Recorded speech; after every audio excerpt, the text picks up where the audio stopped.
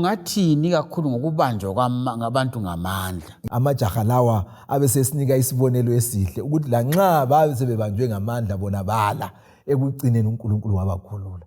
So lokhu kusipha isibonelo, kusipha insilela lengqobe ukuthi lathi njengoba ke sakubona kusenzakala, lathi singema uNkulunkulu uzakuma lathi njengalokho wama lamajaha la amathathu. So isilo lesi okwenza sibambe abantu ngamandla ukuthi siphiwe amandla ngudrago onguyoyethuselayo, onguyobamba ngamandla. Ungabona ekukhonzeni sokulokuyethusela, sokulokubamba abantu ngamandla, akusuka uNkulunkulu kakho khona. Kabambi ngamandla. Ngicela ukuthi kuona lamaviki kasingeneni kulezi zincwadi, sizitike, sikholise, sibusiseke.